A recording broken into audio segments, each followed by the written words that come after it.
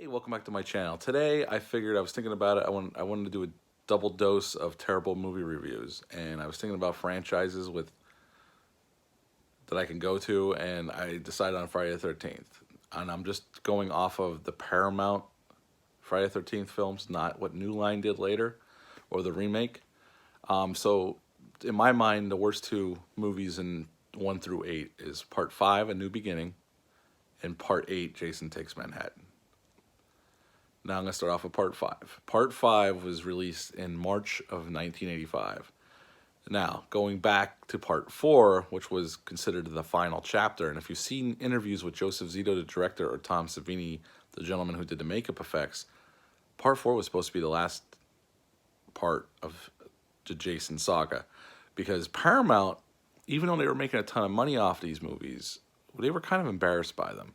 They were considered low rent, and they would get a lot of shit from Roger Ebert and Siskel. Well, Siskel and Ebert would give them a lot of shit about these movies because all they were ways to kill people. That's pretty much it. Which basically that's all they really were. I mean, there was a loose story, but for the most part, it's just to watch a bunch of kids get killed by this unstoppable killer. But when Joseph Zito got hired to do Part 4, he was definitely told that, or he was under the impression this was it. So him and Tom Savini came up with a way to kill Jason with the machete to the head and all that stuff, and that was supposed to be it.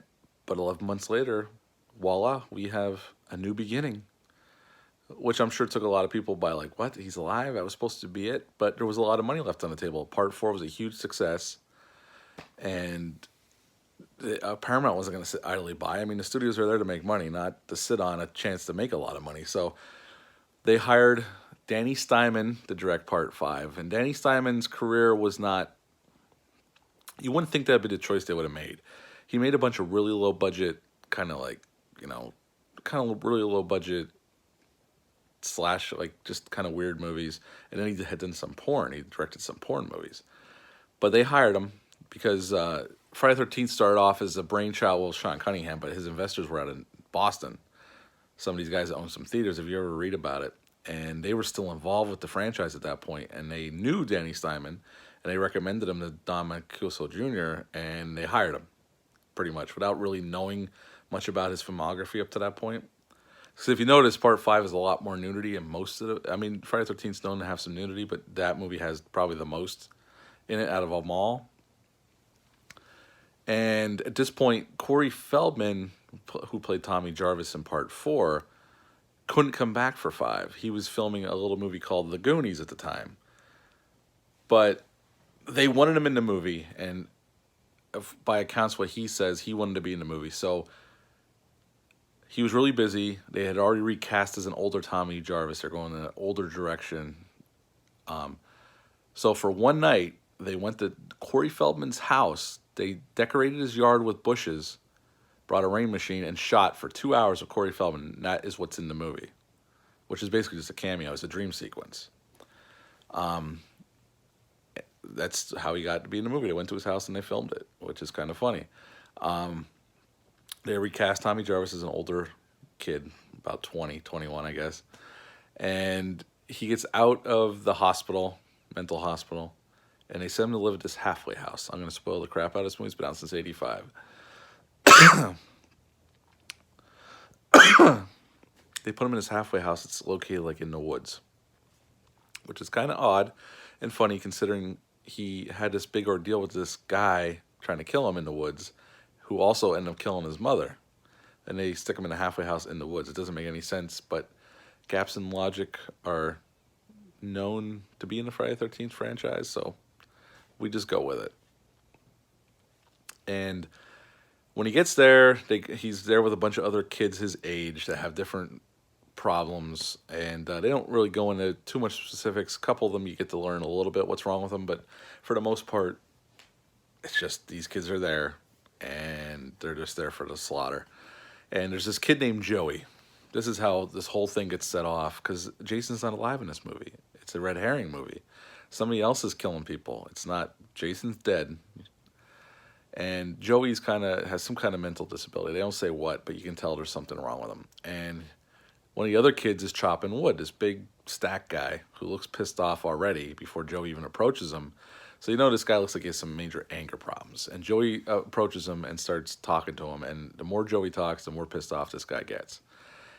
And finally, Joey, not getting the responses from this guy that he wanted, kind of says, "Okay, the hell with you. I'm not giving you anything." And he goes to walk away. And this guy turns around and buries the axe in his back, and then hits him a couple more times with the axe and kills him.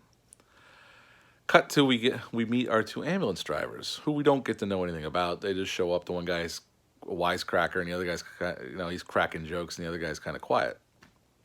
When they lift the sheet back, the quiet guy gives a shocked look. Well, later on we find out that he's Joey's dad, and nobody knew this. And Roy is his name, and he decides to dress like Jason and start killing everybody. And that's our movie. And he kills them in different ways. The kills are okay. They're pretty gory, but the effects are not good at all. And there's some really corny, over-the-top moments and some cheesy moments. The one kid who lives at the house, his older brother comes to see him, and then he goes with his girlfriend parking in his van, definitely 80s van.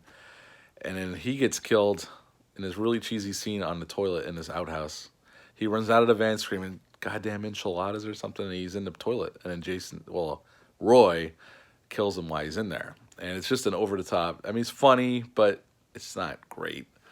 When they kill Roy at the end, he gets thrown off the top of his barn under these spikes on some farming equipment.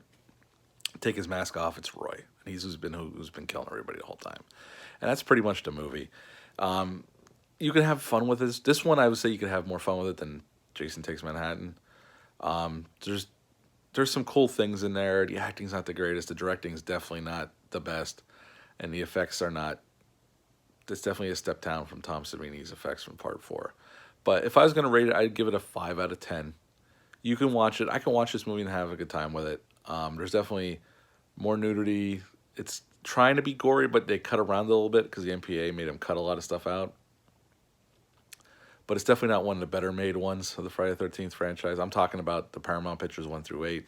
So yeah, 5 out of 10 for me. I'm going to review Jason Takes Manhattan. Yes, I'm going to sit through it again. God help me. And I'll come back and talk about that one. Thanks for checking this video out. If you like what you saw, hit the thumbs up and hit the subscribe button. Leave a comment down below if you've seen the movie. Let me know your thoughts on it. And I'll be back soon with Jason Takes Manhattan. Thanks. Have a nice day.